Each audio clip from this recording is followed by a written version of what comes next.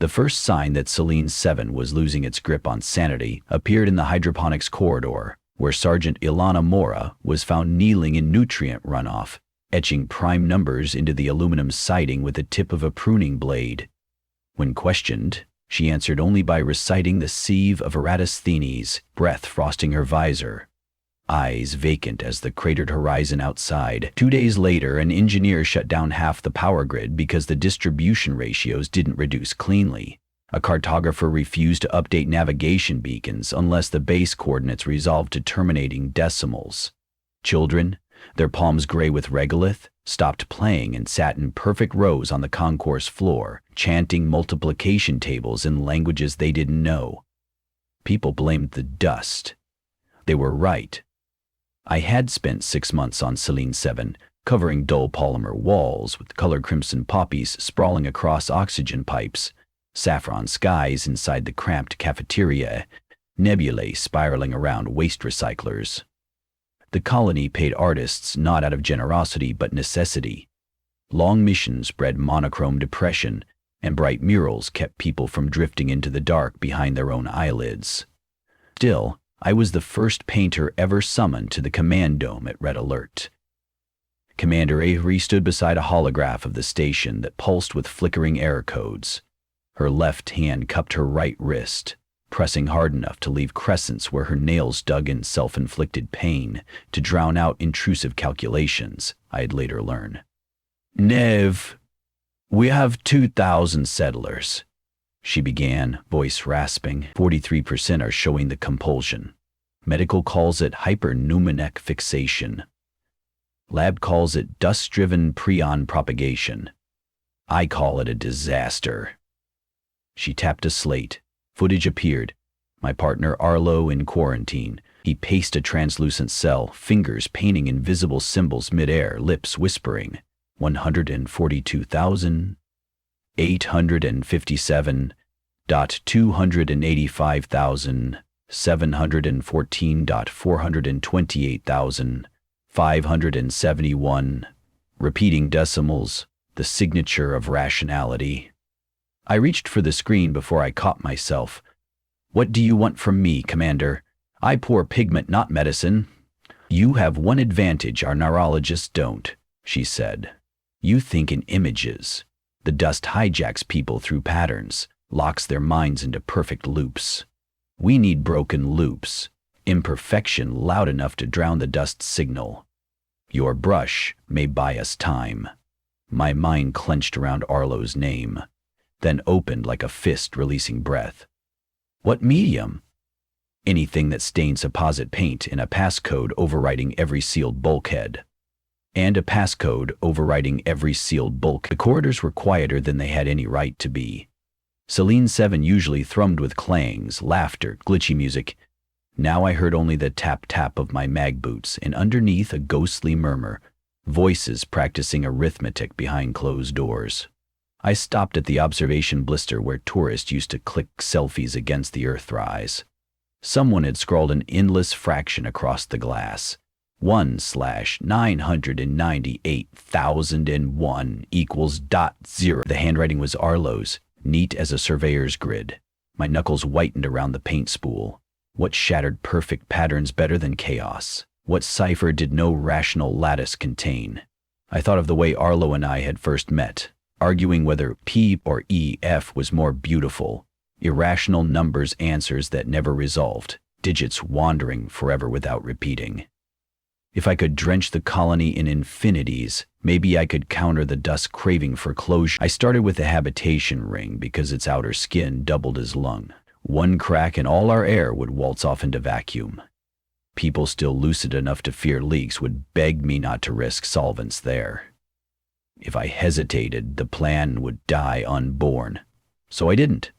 Outside each door, I painted the square root symbol followed by a single 2. No equal sign, no decimal expansion, just the promise of a value that could never express itself fully. I used iridescent ultramarine so the glyph shimmered like moon dust caught in floodlights. Then I added 3 curved strokes that mimicked a heart monitor glitching mid-pulse.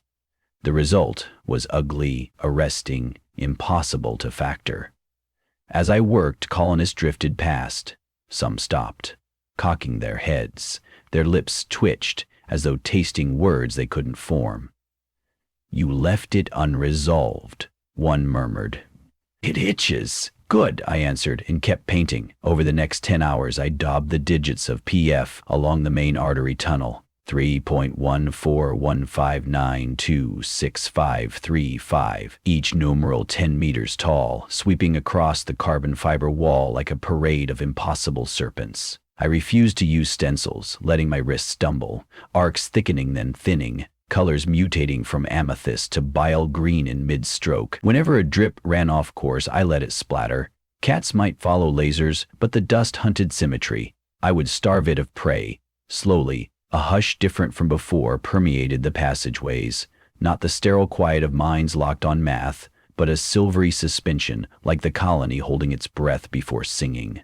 By the second morning, medical reported a plateau in new cases. Not victory, mere stall, but enough to embolden Commander Avery to call an all-hands council. She asked me to present my theory. I arrived with paint-flecked gloves and a holopad projecting an animation. Hexagonal lunar dust grains vibrating inside a human neuron. When rational rhythms flooded sensory input like the pristine rhythms of our life support algorithms, the grains aligned, amplifying electrical pulses that forced hosts to calculate. But throw non-repeating waves at them, and their resonance fell apart, harmless as static. "A kind of neural white noise?"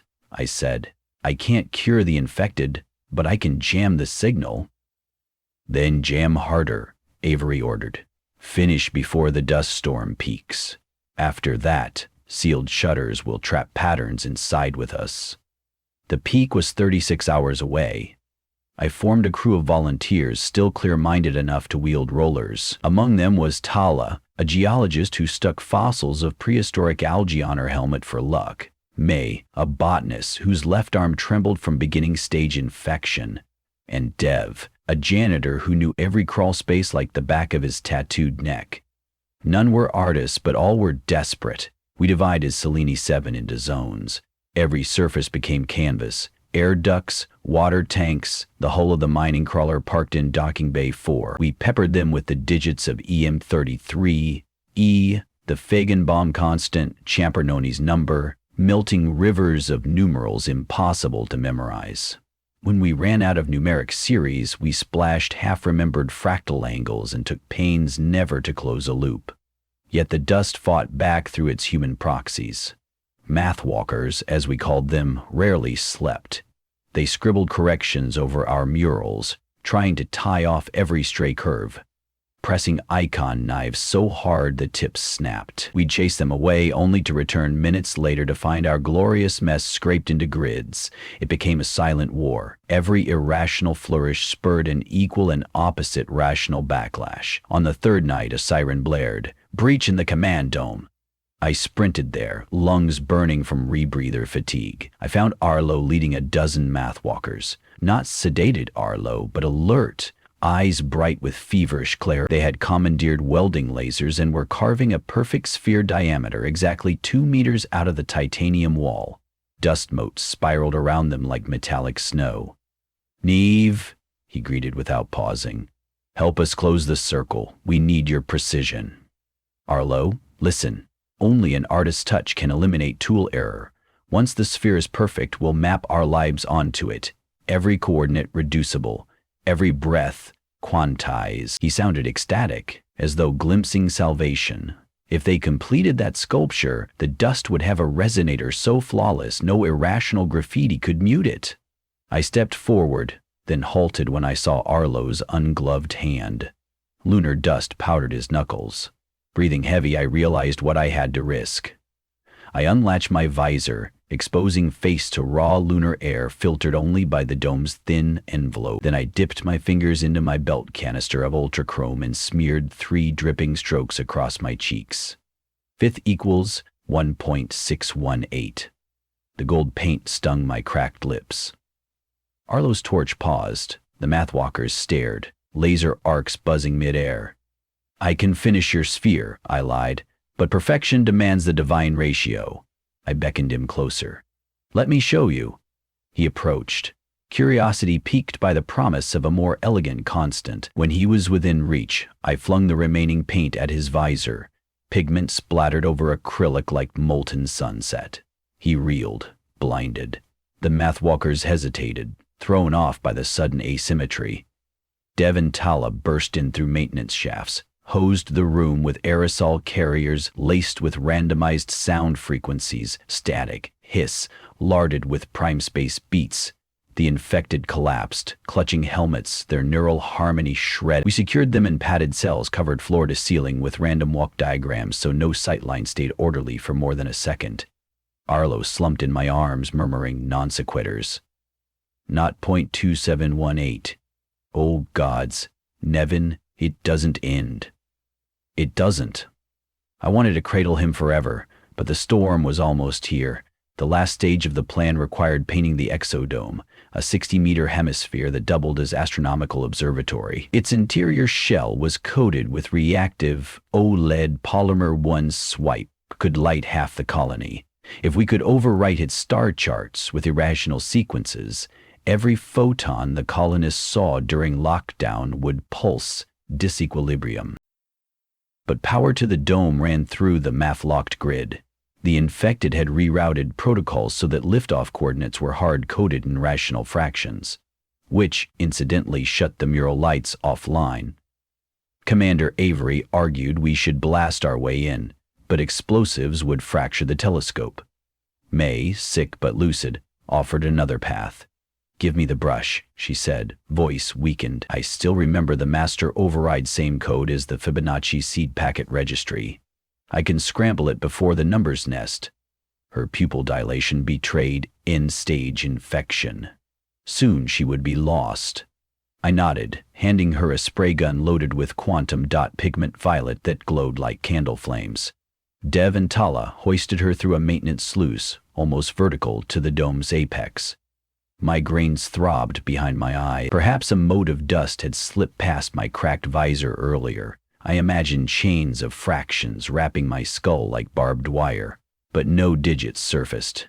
Just brushstrokes, and Arlo's voice telling me he loved my messy kiss marks. Orange paint smudged across his chin the night he proposed. I went to central control. The storm had begun. On the monitors, curtains of powdered night rose from the crater floor, hammering Selene 7's exterior plates with a percussion of death. Micrometeoric shards mixed in, sharp enough to slice extravehicular suits. If shutters closed before we flooded settlers' senses with irrational light, the colony would become a prison of resonant numbers. "May, what's your status?" I pinged. Static. Then, "Golden ratio unlocked." Starting Phi Cascade. Tell them to dim their visors. The overhead lights flickered, died, flickered again. Then the dome ignited. Colors no language owns rippled across every viewport. Spirals within spirals, digits coiling like nautilus shells torn open, then refusing to close. Pi bled into air. 5 bled into Euler's identity. Equal signs slashed away before they could settle. I watched the feed as thousands of colonists emerged from dorms, shielding eyes, and felt the moment when the dusk grip faltered. Shoulders sagged. Some puked equations onto the floor, symbols dissolving into bile. Others sobbed, freed from tyrannical certainty. I sprinted to quarantine. Arlo lay curled, teeth chattering, but the monotone chant had stopped. I crawled into his cot, ignoring procedure, pressed my painted cheek to his gray one. "Listen," I whispered. "Can you hear the unfinished song?" He frowned, searching inward. "There's static," he said hoarsely, "like rain made of broken clocks. Hold on to it. Imperfection is your life raft." Outside, the storm raged for 47 hours. We mostly waited.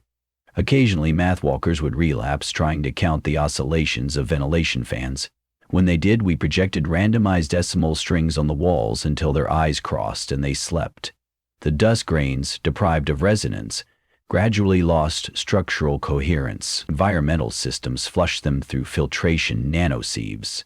Once levels dropped below threshold, medical teams deployed micro-drones to magnetize the rest and jettison them into space. When the shutters opened, Earth hung above the horizon like a half-remembered childhood, imperfectly round, continents smudged by clouds that refused definite edges. Someone cheered. The cheer spread, ragged, off-key, beautiful. Not everyone recovered. May died before sunrise. Her heart fell out of rhythm, too exhausted from the internal war. We found the spray gun still clamped in her hand, nozzle clogged with dried violet. Commander Avery ordered the highest lunar citation minted in her name. Numbers on the metal intentionally mislined so they never lined up. Arlo awoke shaking, memory full of holes, one of which was the night he carved circles in the command dome. "Don't tell me," he pleaded. "Let the gaps stay ragged." "Deal," I said, and laced my fingers through his. Months passed. Selene 7 kept my murals too costly to strip, too lucky to lose. Tourists now wander halls of irrational digits, guided by docents who explain how art saved 2,000 souls from becoming calculators in meat suits. I still paint, though slower, pausing often to relish mistakes. A drip that takes gravity's path, a curve that forgets its radius. I took a single vial of lunar dust, fused in resin at the center of a canvas. Under infrared, its particles twitch, reaching for alignment that will never come. Around the vial I brushed a spiral expanding according to F, but every few degrees I deliberately nudged the arc. Arlo calls it our marriage portrait, two forces forever seeking symmetry, forever interrupted. He's wrong, of course. It's not a portrait of us, it's a reminder that perfection is a predator, and the only sure defense is a reckless splash of the incalculable.